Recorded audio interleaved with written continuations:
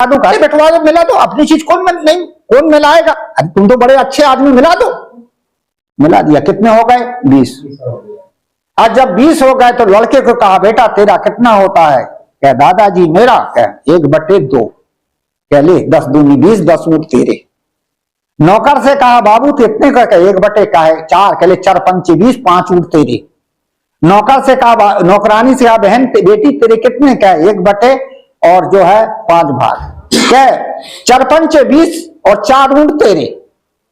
अब लड़के को दे दिया 10, नौकर को दे दिया 5, नौकरानी को दे दिया 4। अब कितने बचे? 1 बच गया ना। क्या मेरा ऊँट ले लूं? क्या ले लो, ले लिया। हो गया बंटवारा कि नहीं पूरा? इसी प्रकार से हम 5 कर्म से कर्म करते हैं, 5 ज्ञान इंद्रिय से जानते हैं। कर्म है 5 विषय के संस्कार टिकाते चित्त चतुष्ट में 19 हैं, पर करने वाला 20 कौन है? मैं हूं ना। अपने आप का ज्ञान न होने के कारण आदमी भटकता है। साहब कहते गज 9 गज 10 गज 19 की पुरिया एक सना। ये शरीर हमने बनाया। और कैसे बनाया? तो 7 सूत 9 गंड 72 पाठ लागू अधिकाई। ये 7 सूत हैं और 72,000 नाड़ियां और 9 गंड हैं। अब वो 7 सूत क्या है? इस सप्त धातु का हमारा शरीर बना है, माता पिता के द्वारा सबका शरीर बना है। 3 खाने का जो शरीर होता है वो माँ और बाप के द्वारा होता है। 1 खाने का जो शरीर होता है वो बिना माता पिता से होता है। हमारा शरीर कैसे बना है? सप्त धातु से बना, बिना माँ बाप से। माँ बाप से ही तो बना है। मतलब माँ बाप से कोई का शरीर बनता है क्या? परंतु हमारे महापुरुष तो क्या कहते हैं कि जो महापुरुष होते हैं वो माता पिता से पैदा नहीं होते। कैसे होते हैं? अरे वो तो ऐसे ही अवतार धारण कर लेते। कुछ कबीर पंथी भी ऐसे मानते हैं कि कबीर साहब माँ बाप से पैदा नहीं हुए। कैसे हुए? अरे वो तो सतपुरुष की आज्ञा से सतलोक से आए हैं, आकाश से। पानी से पैदा नहीं श्वासा नहीं शरीर, और अन्नहार करता नहीं ताकर नाम कबीर। जो माता पिता, पानी माने माता पिता के धातुओं से जो पैदा हुआ, पानी से पैदा नहीं, श्वासा नहीं शरीर। उनका श्वास और शरीर भी नहीं था, और वो अन्नमय कोश का भी शरीर नहीं था। वो कबीर थे, ऐसा उनका कहना है। इसलिए कबीर साहब माँ बाप से पैदा नहीं हुए। ये साखी काम कबीर के लिए नहीं है, कबीर साहब के शरीर के लिए, आत्मा के लिए, चेतन के लिए है। चेतन न 5 तत्व से पैदा होता, न चेतन का अलग से कोई श्वास होती, न चेतन का शरीर होता। तो चेतन तो चेतन, ये चेतन पर घटता है और वो अपने लिए घटा लेते। तो इसी प्रकार से कहते हैं कि और बिना माँ बाप के पैदा हुआ। और सर कबीर साहब स्वयं कह रहे तैया हम तुम एक है लोहू एक है प्राण भी आप है मोहू। जब आपने जन्म लिया था, मनुष्य देह में आए थे, उस समय एक ही माता पिता के संबंध से आपका मेरा शरीर बना। लोहू से खून माने शरीर, लोहू से। एक है प्राण, तुम्हारे में भी प्राण थी, मेरे में भी प्राण थी, परंतु तुम मोह रहित थे, मोह युक्त थे और मैं मोह रहित था। ज्ञानी अज्ञानी में इतनी फर्क होता। कहानी का तात्पर्य इसी प्रकार से जो है। और हमारा जो शरीर बना है जीव का, कहा जाता है 7 सूत 9 गंड 72। माता पिता के शरीर से शरीर बनता है और 72,000 नाड़ियों से हमारा शरीर कसा हुआ है। ऐसा ही मानव शरीर बना। आप कहते हैं पाठ लागू अधिकारी, अधिक का अर्थ होता ज्यादा। ये मनुष्य शरीर कैसे अधिक है? इसमें कौन सी अधिकता है? हार चाम सारी चीज तो एक ही है बराबर, पर मनुष्य के पास में अधिक है विवेक। मनुष्य के पास में अधिक है विवेक। भक्ति ज्ञान सत्संग सदाचार करने के शुभ करने का जो अधिकार है वो मनुष्य को है। यही मनुष्य के पास में अधिक, और नहीं। सब तो ऐसे पशु पक्षी का जैसे शरीर है वैसे मनुष्य के शरीर में रक्त आदि, खून आदि, हड्डी आदि सब है। पर मनुष्य की अधिकता क्या है? विशेषता मनुष्य के पास में है विवेक। आज विवेक करके मनुष्य आगे बढ़ सकता है। और यदि विवेकहीन आदमी हो तो उसके पास कुछ नहीं। मैं तो कभी कभी बताया करता हूं कि राजा सबसे अधिक होता श्रेष्ठ। अब राजा के पास में अधिक चीज क्या चीज है जो प्रजा के पास नहीं है? वो 3 चीज राजा के पास में होती है। कौन कौन सी? सबसे पहले प्रजा के पास में, राजा के पास में होती है स्वतंत्रता, सब कुछ कर सकता। दूसरे नंबर में राजा के पास में होता अधिकार, कानून बनाने का। और तीसरे पास चीज होती राजा के पास में खजाना, है ना। इसी प्रकार से मनुष्य अधिक है, स्वतंत्र है, अच्छा भी कर सकता, बुरा भी कर सकता है। मनुष्य के पास में मोक्ष होने का, दुख से छूटने का अधिकार मनुष्य के पास में है, और मनुष्य के पास में है बुद्धि रूपी खजाना, इसलिए मानव शरीर अधिक है। बुद्धि रूपी खजाना है इसलिए मानव शरीर अधिक है, ये अधिक है मानव शरीर हमें मिला, इतनी चीज हमारे पास में। स्वतंत्रता है, अच्छा भी कर लो बुरा भी कर लो, अधिकार है, दुख से छूटने का अधिकार है, भक्ति करने का अधिकार, सत्संग करने का अधिकार मनुष्य के पास में है, पशु पक्षी के पास में नहीं। एक जगह मैं कह रहा था कि मनुष्य भक्ति कर सकता है, मनुष्य भजन कर सकता है, मनुष्य त्याग बैराग कर सकता है, पशु पक्षी नहीं कर सकता। एक सज्जन ने बोले महाराज रुको, उनका क्या बात है? आप कह रहे थे मनुष्य भक्ति भजन नहीं कर सकता, मनुष्य साधना नहीं कर सकता, पशु पक्षी भक्ति भजन नहीं कर सकता, साधना नहीं कर सकते, और जो है आप ऐसे कह रहे थे। उनका हाँ, क्या हनुमान जी बंदर थे, राम की भक्ति करते थे। काकभुसुंडी कौवा थे, ये राम के भक्त थे। जामवंत रीछ थे, वे राम के भक्त थे। और आप शेषनाग सांप थे और वे राम के भक्त थे। और आप कहते मनुष्य नहीं कर सकता, मनुष्य कर सकता, पशु पक्षी नहीं कर सकता। मैंने कहा भाई मनुष्य कर सकता, पशु पक्षी नहीं कर सकता है। और यदि ये जिनको आप कह रहे हैं ये पशु पक्षी नहीं थे, ये मनुष्य थे। ये पशु पक्षी नहीं थे, ये मनुष्य थे। यदि पशु पक्षी भक्ति करते, भजन करते, तो कबीर साहब बड़े भाग मानुष तन पावा ना कहते, तब तो कहते बड़े, तुलसीदास जी बड़े भाग बंदर तन पावा, बड़े भाग रीछ तन पावा, बड़े भाग कौवा तन पावा, और बड़े भाग सांप तन पावा। नर समान नहीं कोने देव ये नहीं होता, फिर पशु और बंदर समान नहीं कोने देव हो जाती। सदगुरु साहेब मानुष, कबीर साहब मानुष तेरा गुण बड़ा ना कहते, तब तो कहते पशु पक्षी तुम्हारा गुण बड़ा। इसलिए सिद्ध होता है कि ये मनुष्य कोई पशु पक्षी नहीं थे, ये मनुष्य ये जो जिनका ये नाम लिया जा रहा है ये कोई पशु पक्षी नहीं थे, मानव थे। हनुमान बंदर नहीं थे, वन में रहने वाले नर थे। ये सत्संग से इन चीजों को समझा जाता। हम केवल सुनते तो हैं, शास्त्रों को पढ़ते हैं, धर्म ग्रंथों को पढ़ते, पर विवेक नहीं करते। विवेक करने के लिए संत सदगुरु कबीर ने छूट दिया, सभी महापुरुषों ने छूट दिया है। क्या कहा? बिन सत्संग विवेक न हुई, रामायण में कहा। सत्संग करो तब विवेक आएगा। और जैसे किसी ने कह दिया, बता दिया, और हम उसमें विवेक ना करें और बिना विवेक के मान बैठते, यहीं से तो मानते बढ़ती। इसलिए सत्संग करो, समझो, बूझो। तो कहा है कि ये हनुमान कौन थे? ये कोई बंदर नहीं थे, ये वन में रहने वाले नर थे, मानर थे। किसकी नाम की नगरी थी, ऋषमुख नाम का पर्वत था, पंपापुर नाम का सरोवर था, और इससे इर्द गिर्द रहने वाले महापुरुष थे। इसलिए बंदर नहीं थे, बानर थे। बाली, सुग्रीव, हनुमान। आप उसमें देखे होंगे, टीवी में दिखाता है ना, सीरियल में, कि बाली और सुग्रीव बंदर और उनकी पत्नियां जो हैं वो आदमी जैसी। कोई बंदर की पत्नी कोई आदमी हुई है क्या? ये कार्य कारण व्यवस्था हम नहीं समझ पाते हैं, इसलिए हम उल्टी सीधी मान बैठते हैं। हनुमान बंदर नहीं थे, वन में रहने वाले नर थे, बानर थे। ये जो जंगल प्रदेश के लोग आते हैं ना, भूटिया लोग जो स्वेटर आदि बेचते हैं, ये नेपाल के शरणार्थी हैं, रहने वाले तिब्बत के हैं। इनका मुंह छोटा छोटा, नाक छोटी, आंख छोटी, क्या बंदर होगा क्या? वैसे प्रदेश में जन्म लिया, उनकी आकृति से तो मनुष्य है। इसी प्रकार से हनुमान बंदर नहीं थे, वन में रहने वाले नर थे। जामवंत रीछ नहीं थे, वे भालू गोत्र के व्यक्ति थे। पुराणों में कथा आती कि जामवंत की पुत्री का नाम था जामवती, और जामवती का विवाह श्री कृष्ण से हुआ था। तो कृष्ण का रीछनी के साथ विवाह किया था क्या? इससे पता चलता है कि वो रीछ नहीं थे, वो आदमी ही थे। और काकभुसुंडी कौवा नहीं थे, वो मनुष्य थे। कौवा कब कहा गया? जब रोमस ऋषि से सत्संग चलता था और बार बार बीच में बोलते थे, तो रोमस ऋषि ने कहा का कौवा जैसे काव काव करते थे, उनको काकभुसुंडी नाम डर गया। सुलोचना के पिता शेषनाग नहीं थे, सांप नहीं थे।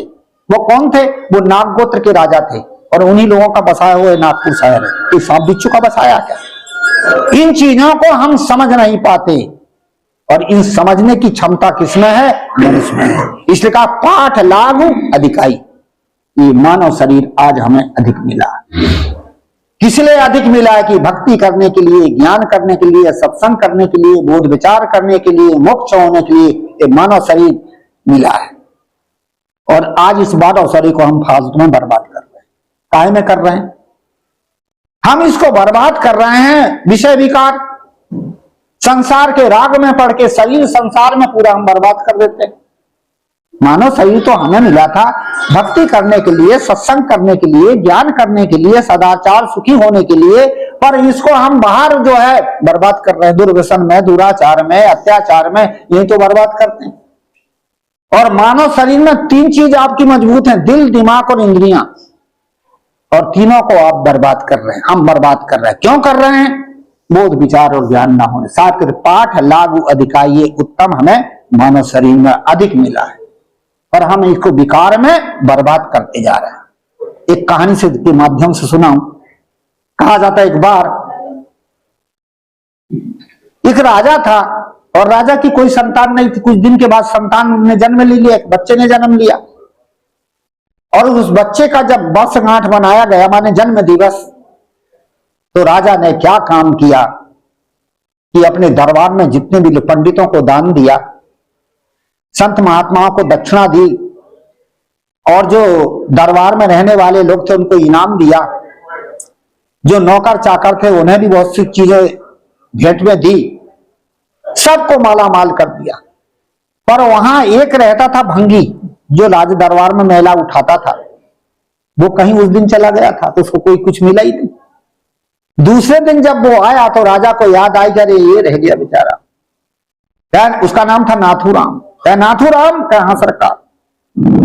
क्या तेरे को इनाम नहीं मिला? क्या सरकार कहा, मैं तो कल था ही नहीं। तो उन्होंने कहा कि राजा प्रसन्न होकर के उसको एक सोने का जो कचरा वो उठाते हैं, जैसे रहते हैं पानी आनी भरते, क्या तगाड़ी या घमेला, तसला जिसको कहते हैं, ऐसा नहीं होता जिसमें मिट्टी भरते हैं या कुछ चीजें सामान भरते हैं, हाँ तगाड़ा, तो सोने का तगाड़ा दे दिया राजा ने।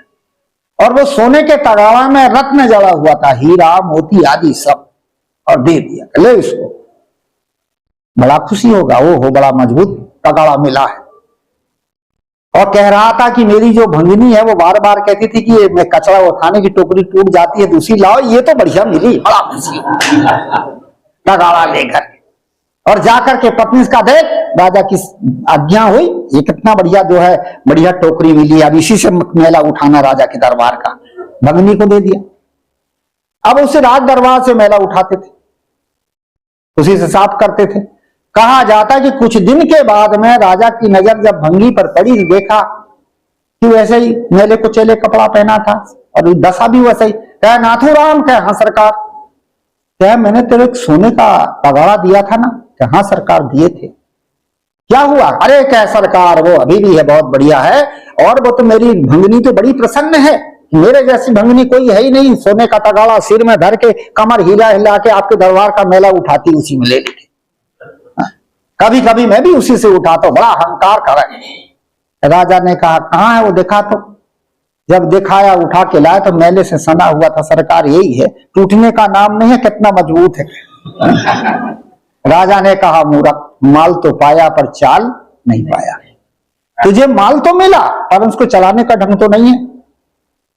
अरे क्या तेरे को जब ये तेरे तो धनवान बनने के लिए तेरी 100 पीढ़ी तक इसको खाती, कितने सुख से जीवन जीता, और तूने माल पाया चाल नहीं पाया। क्या अबला, अब तेरे को मेला ही उठाना है, तो एक टोकरी दे दिया मांस की, ले इसी में उठा। कहानी का तात्पर्य हमें मानव जीवन मिला, काय के लिए मिला? भक्ति भजन ज्ञान करने के लिए। और हम इसमें वो क्या काम कर रहे हैं? मेला उठाने का काम कर रहे हैं, संसार का कचरा उठाने का काम कर रहे हैं। राग रंग ये मेला ही तो उठा रहे हैं, राग जैसे मेले ही तो उठा रहे हैं, विषय भोग संसार में पड़े हैं, उसी में मेले ही तो उठा रहे हैं, मेला उठाने के काम कर रहे हैं। और अंत में क्या होता है? वो 3 खानी रूपी टोकरी फिर मिल जाती है। चाहे पाठ लाभ अधिकाई, पाठ रूपी मानव शरीर मिलता। कैसे? भक्ति और धर्म और ज्ञान समझने के लिए मानव शरीर मिलता, विवेक करने के लिए मानव शरीर मिलता। आदमी के जीवन में जब विवेक आ जाता, समझदारी आ जाती, वो अपने आप को संभाल लेता। विवेक नहीं है, समझदारी नहीं, वो संभाल नहीं पाता।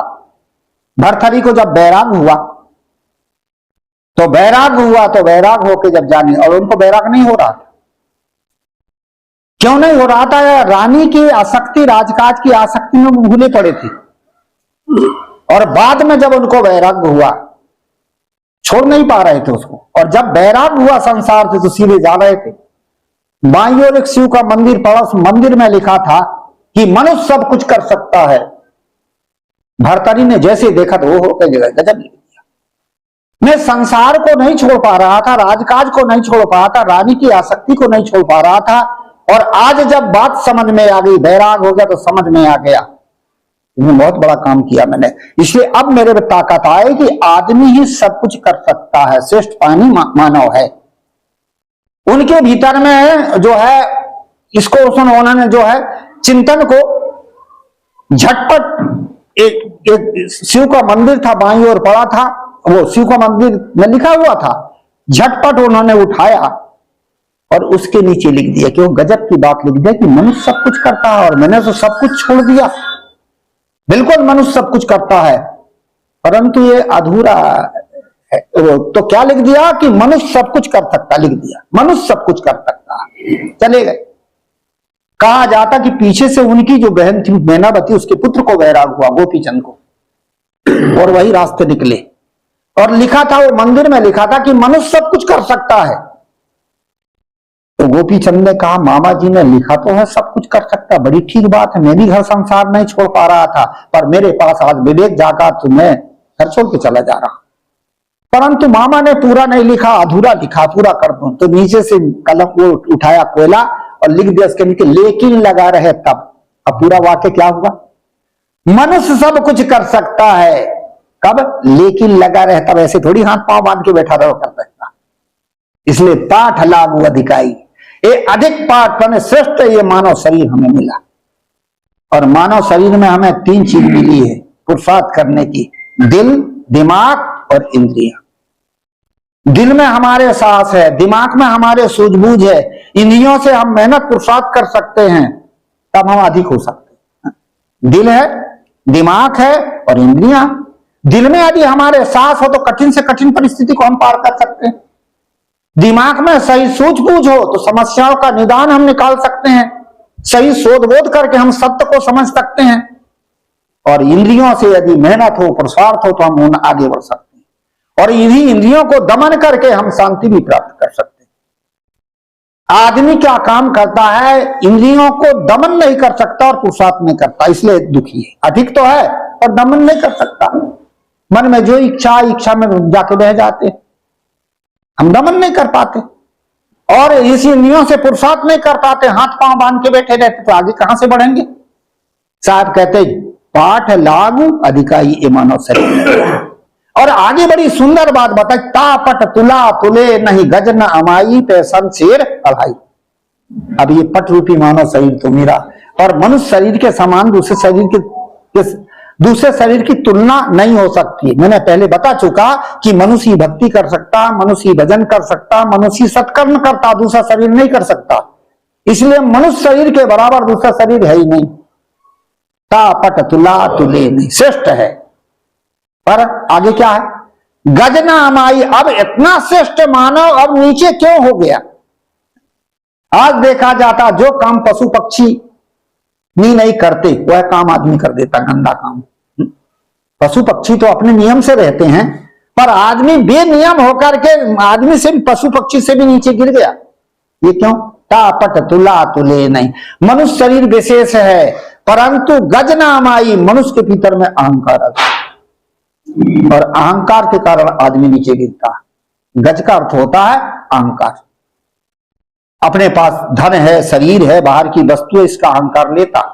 मैंने सवेरे भी सत्संग में बता रहा था, निवेदन किया था कि 3 चीज को हम अपना मानते हैं और अपना मान करके हम नीचे गिरते हैं। कौन कौन चीज अपना माने? शरीर को हम अपना मान लेते हैं, इससे शरीर में है आसक्ति। प्राणियों को अपना मान लेते हैं, इसलिए उनमें है मोह। पदार्थ को अपना मान ले, उसमें है लोभ। और इसी तो हम लोभ और मोह तो हमको नीचे गिराता क्या? ममता गिराती है, लोभ गिराता है और मोह गिराता है, इसलिए आदमी नीचे गिरता। और इन सभी चीज का होता अहंकार। शरीर मेरा सुंदर है, मैं धनी आदमी हूं, मेरा परिवार इतना है, इसी का नाम तो है संसार, और इसी का आदमी के भीतर में है अहंकार। ये साथ जाएगा क्या? नहीं। जिन प्राणियों को हम अपना माने हैं मनवसी हैं, जब तक आपका मन पड़ता तब तक आपके, जिस दिन मन ना पटे तो आपके कहां है। जिन पदार्थों को हम मानते हुए भी जाती, एक दिन वही छूट जाएगा, हम ही छूट जाएंगे। और जिस शरीर को हम अपना मानते हैं नासवान है, एक दिन छूटेगा। है आपका कुछ भी तो नहीं है, पर इसका आदमी अहंकार करता है और अहंकार करके और आगे बढ़ता है। संत कहते अहंकार मत करो, स्वाभिमान करो। स्वाभिमान का अर्थ होता आत्मबल को समझो, ये स्वाभिमान है। हम मानो सब कुछ करने में सक्षम हमें, इसका नाम है स्वाभिमान। हम पर अभिमान करते हैं, पर शरीर है, धन शरीर है, पर है, प्राणी पर है, अपने थोड़े हैं।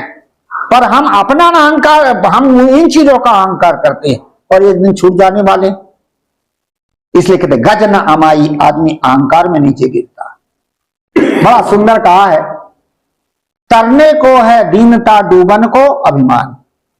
यदि संसार से सुखी होना, तरना है भावसागर से, दीन बने विनम्र, और अहंकार आदमी को गिराता है। और ये तीन चीज का तो हमने अहंकार लिए बैठे, शरीर का अहंकार, धन का अहंकार और परिवार का अहंकार। और यही अहंकार सूक्ष्म रूप बन के फिर अध्यास बनता है और मरने समय पर ये तीनों सामने आते। इस बात को मैंने कई बार दोहरा चुका हूं, सवेरे भी बताया था कि जब आदमी शरीर छोड़ता है तो क्या याद करता, कौन चीज याद करता? शरीर। अपना माना है ना, मेरा शरीर नहीं रहेगा, मैं मर जाऊंगा। ये आत्मा के लिए नहीं है, शरीर के लिए, मैं मर जाऊंगा, मैं शरीर को कह रहा हूं। चेतन थे भगवान थे तो इसलिए जो है कहता है कि मैं मर जाऊंगा, माने शरीर नहीं रहेगा। अब उसका होता है ना तो घबराता है। ये आदमी घबराता क्यों है? मरते समय ये घबराते क्यों है? निश्चिंत होकर शरीर छोड़ना चाहिए ना, पर घबराते मानता वहां है ना, अपना माना इसके छूट जाएगा इसलिए घबराता। मैं नहीं रहूंगा, फिर इतना बनाया था, इसका क्या होगा? धन याद आता, क्या ये जीवन भर इसी को तो अपना माना है ना। फिर क्या आता? फिर मेरा परिवार याद आता, मेरे बाल बच्चों को बुला दो। ये तीनों चीज याद आती, अपना रूप भूल, अपने आप का याद भूल जाता, तीनों चीज आती, संस्कार लेके पटक देते हैं। इसलिए कहा जाता है कि पाठ लागू अधिकाई, तापट तुला तुले नहीं, गजना माई। इन चीजों का अहंकार है, इसलिए आदमी की कीमत पैसों से बढ़ाई, कम कीमत हो गई। मानव श्रेष्ठ था, परंतु इसकी कीमत घट गई। क्यों घट गई? कि इसके जीवन में आ गया अहंकार। जिन प्राणी पदार्थ अपने नहीं उनको अपना मानता है। कभी कभी मैं बातें कहते, लोग कहते गुरु जी इनके बिना तो संसार में जिंदगी चलती नहीं, आप साधु संतों को भी ये चाहिए, इस चीज का आप निषेध क्यों करते? निषेध नहीं कर रहा हूं, मैं बता रहा हूं कि इनका उपयोग करो, इनकी आसक्ति में मत पड़ो, उपयोग करो। प्राणी आपके, उनकी सुरक्षा करो, उन पर दया करो, उनकी रक्षा करो तो आपका धर्म बनेगा। जो पदार्थ सामने उसका सदुपयोग करो, दान करो, पुण्य करो, खाओ और खिलाओ, तो वो भी उससे भी धर्म बनेगा। और जो पदार्थ मिला है, प्राणी मिले हैं, इनका सदुपयोग करो, और शरीर है तब तक इसके साथ पुरुषार्थ करो, ये करो, पर इसका अहंकार तो मत करो। संसार में रह के हम कैसे जिंदगी जी सकते निरासक्ति से? संत साधु कहते निरासक्त हो, निरासक्त हो। कैसे जिंदगी जिए निरासक्त? जा सकते, आवासक्ति से जिंदगी जिए, आसक्ति से नहीं। हम आसक्ति से जिंदगी जीते, आवश्यकता से नहीं। भूख लगी, आवश्यकता खा लो, भोजन बढ़िया नहीं है, स्वादिष्ट नहीं तो आसक्ति है। कपड़ा मिला पहन लो, नहीं बढ़िया नहीं है, और होता है, आसक्ति तो है। तो आप आवश्यकता से जिंदगी नहीं जीते, आसक्ति से जिंदगी जीते। आसक्ति आवश्यकता होती शरीर की, उसकी पूर्ति हो सकती है, और आसक्ति होती मन की। कभी मन की पूर्ति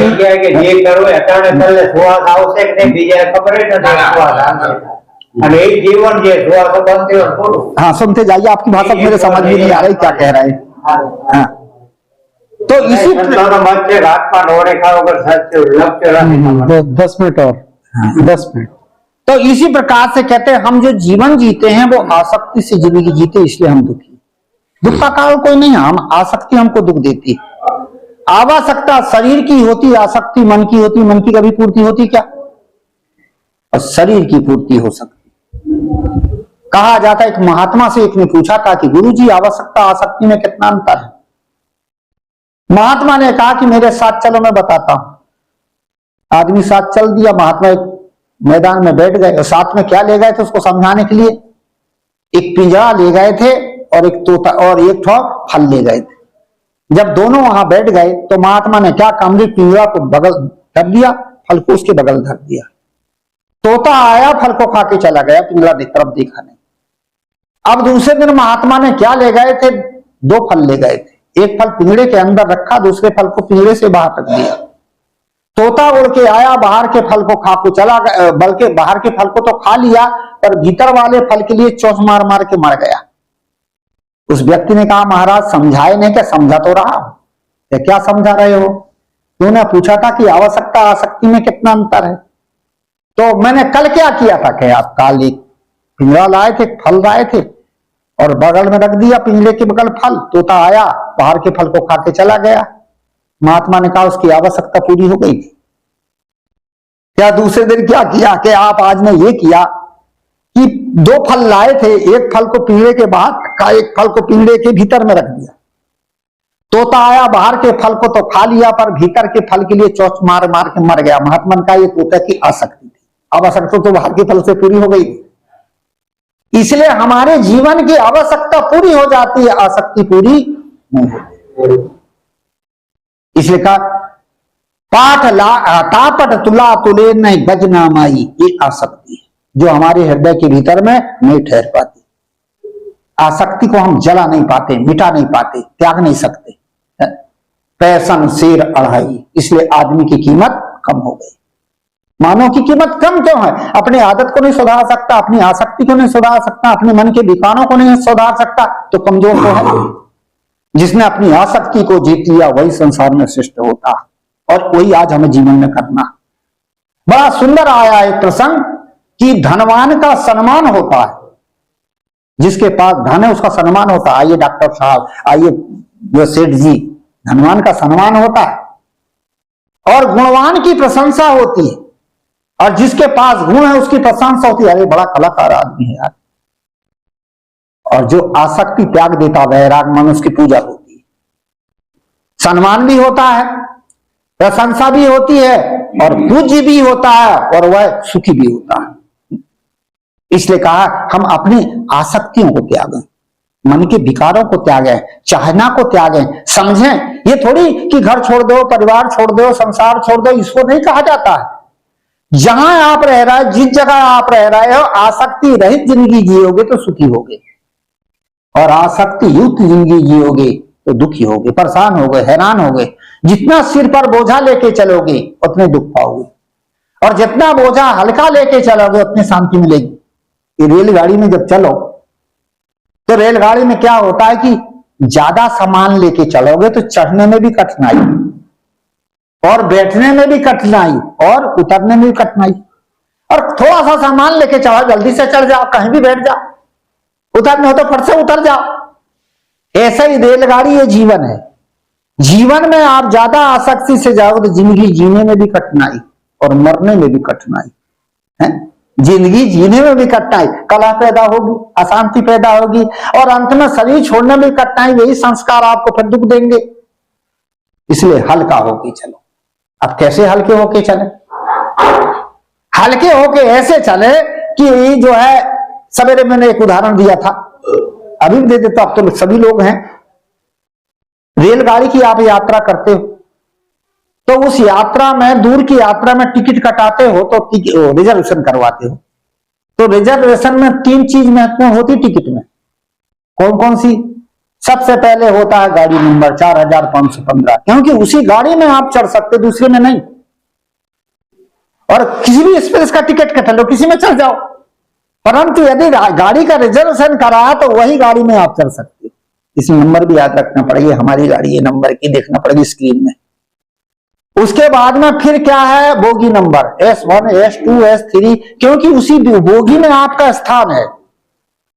फिर तीसरा कौन है? बर्थ नंबर 12, 15, 25, क्योंकि उसी बर्थ में ही आप बैठ सकते हो, सो सकते हो।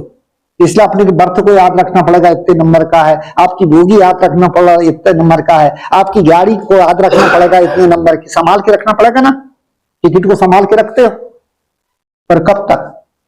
जब तक यात्रा तब तक। यात्रा पूरी हो गई, गाड़ी जाए भाड़ में और बोगी जाए भाड़ में, सीट जाए भाड़ में। इसी प्रकार से हमारी जीवन यात्रा के लिए हमें ये चाहिए, परिवार भी चाहिए, धन भी चाहिए, वस्तु भी चाहिए, शरीर भी जब तक है जीवन तब तक उसे संभाल कर रखना पड़ेगा, पर कब तक यात्रा है तब तक, है ना। यात्रा पूरी हो गई, खत्म। इसी प्रकार से कहते इसकी आसक्ति को हम न रखें, आवश्यकता के लिए जरूरत। साहब कहते पाठ लागू अधिकाई, तापट तुला तुले नहीं गज न अमाई। हमारे भीतर आसक्ति और अहंकार है, ये हमारे भीतर में समाता नहीं है, इसलिए हम अशांत। फैशन शेर अढ़ाई, इसलिए आदमी की कीमत कम होती। मानव की कीमत श्रेष्ठ है, पर आसक्ति के कारण, गलत विकार के कारण आदमी की कीमत कम हो जाती। कहा जाता है कि किसी देश का कोई राजा और दूसरे देश में जब गया और जैसे शहर में प्रवेश हो रहा था, राज्य में, एक फकीर वहीं खड़ा था सामने। फकीर के हाथ में क्या था कि चमकदार चीज थी, मणि चमक रही थी। राजा ने कहा फकीर जी हाथ में क्या है? मणि है, मणि ये बड़ी चमकदार का। हाँ चमकदार है। कीमत? अरे क्या इसकी कीमत तो इतनी ज्यादा है, संसार की सब चीज एक तरफ और मणि एक तरफ, उससे भी मणि की कीमत अधिक है। तराजू पर यदि रख दिया जाए तो संसार की सब चीज हल्की हो जाएगी और ये मणि जो है भारी हो जाएगी। ओहो बड़ी कीमती चीज है। यहाँ क्या कोई अवगुण भी है इसमें? का हाँ अवगुण भी है। क्या कौन सा अवगुण है? क्या एक छींटा मार दो, छींटा समझते ना, किसी चीज का एक छींटा से लगा दो, दाग लगा दो, यदि इसमें एक छींटा भी लग जाए तो इसकी कीमत हल्की हो जाती है। संसार की सब चीज ऊंची हो जाती है और एकदम नीची हो जाती है। अब हमें और आपको विचार करना में कौन सी मणि? ये मणि है मानो, यही मणि है। मनुष्य सबसे श्रेष्ठ है, सारी कल्पनाओं को पैदा करने वाला, सारी चीजों को बनाने वाला, सारी मान्यताओं को बनाने वाला मनुष्य है।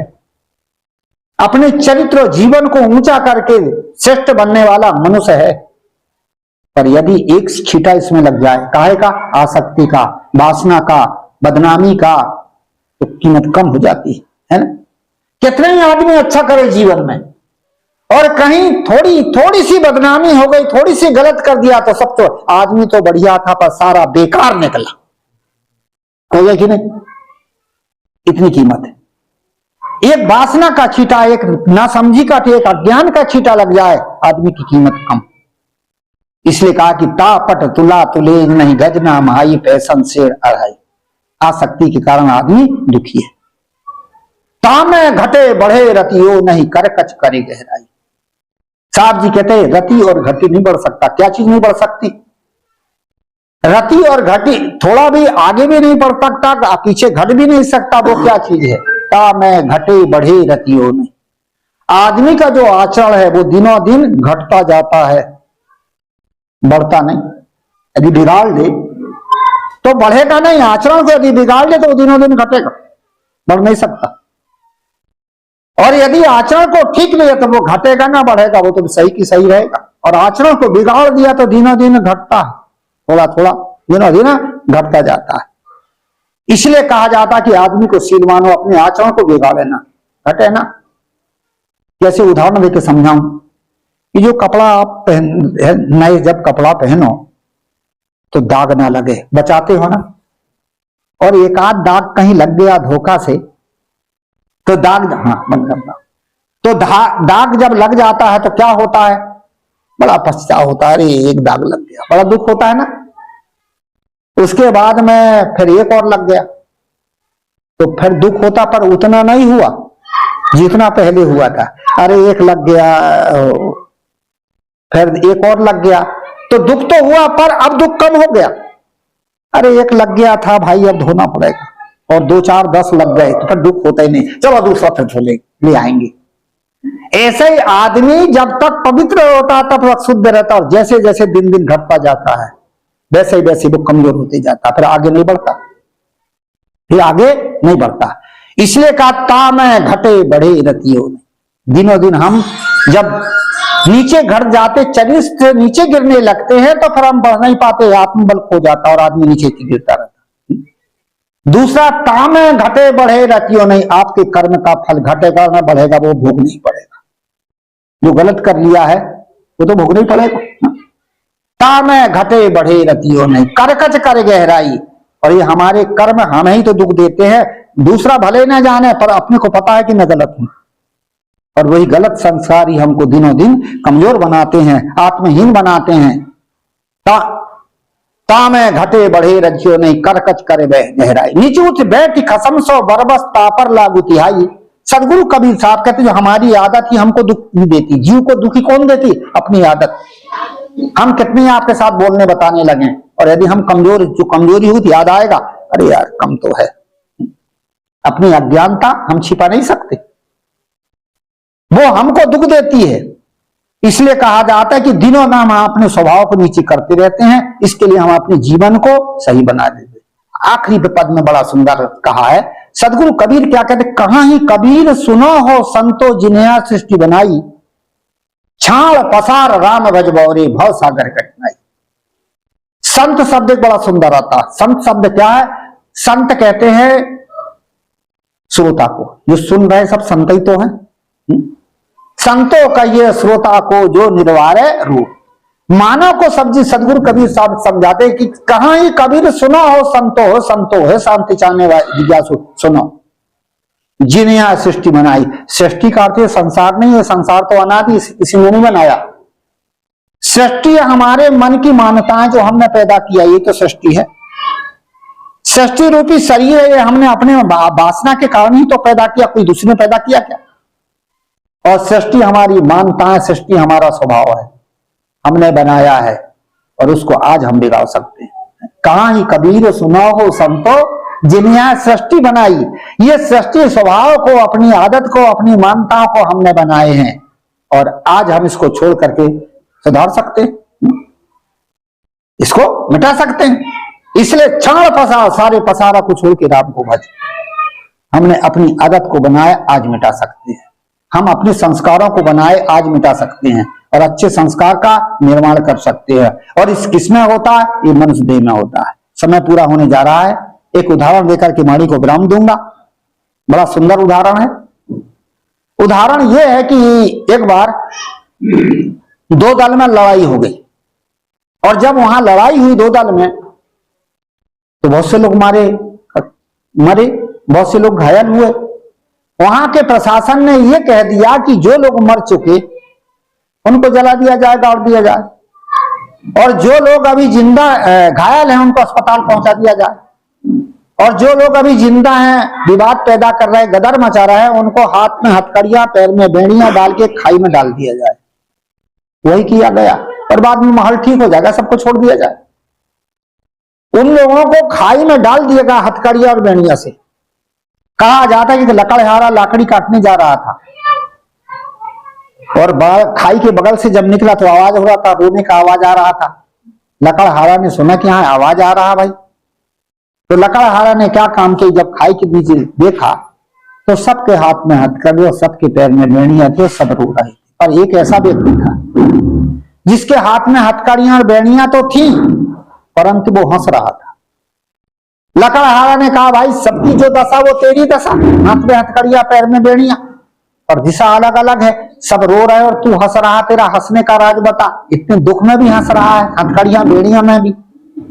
उसने बताया कि मैं जाति का लोहार हूं, और ये हथकड़ियां बेड़ियां में बनाता हूं, और ये निकाली जा सकती है कहां से? जहां से कड़ी जोड़ी जाती है, इसलिए मैं निकाल लूंगा। मैं हंस रहा हूं, पागलों को नहीं मार रहा, मैं तो रो रहे हैं। ठीक है।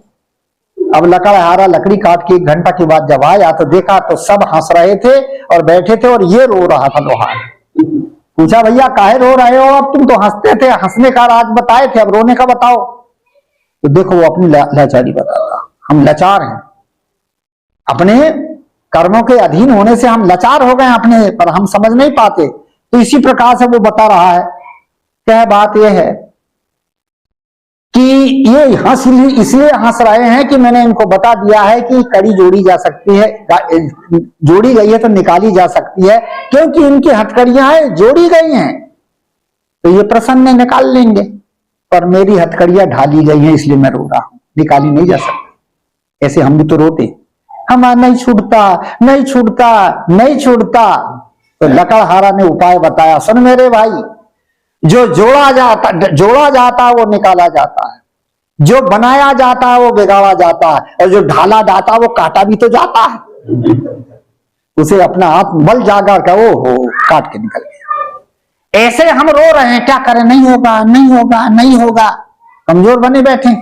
और ये हमारे संत गुरु लकड़हारा के सामने बताते, जो बनाया वो बिगाड़ भी तो सकते हो, बनाने वाले भी तुम और बिगाड़ने वाले भी तुम, और तुम सत्य और सारी चीज असत्य। ये हमारे संत गुरुजन शिक्षा देते, तुम चेतन आत्मा हो, तुम सत्य हो।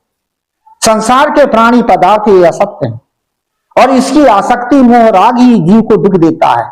इसके लिए सत्संग के द्वारा हम समझें, स्वभाव को सुधारें, संस्कारों को सुधारें, विचारों को सुधारें, मानवताओं को बदलने। हम किसको दुखी कर सकता है, बदलना ही तो है। और ये मानताएं बनी कैसे हैं, ये आसक्ति बनी कैसे है? हम संसार में जिंदगी जी करके इन्हीं बातों को हम लोगों ने हमें बताया। देवी देवता भूत प्रेत तंत्र मंत्र जंत्र, ये कहीं पहले थोड़ी मालूम, लोगों ने हमें बताया, हमने मान लिया।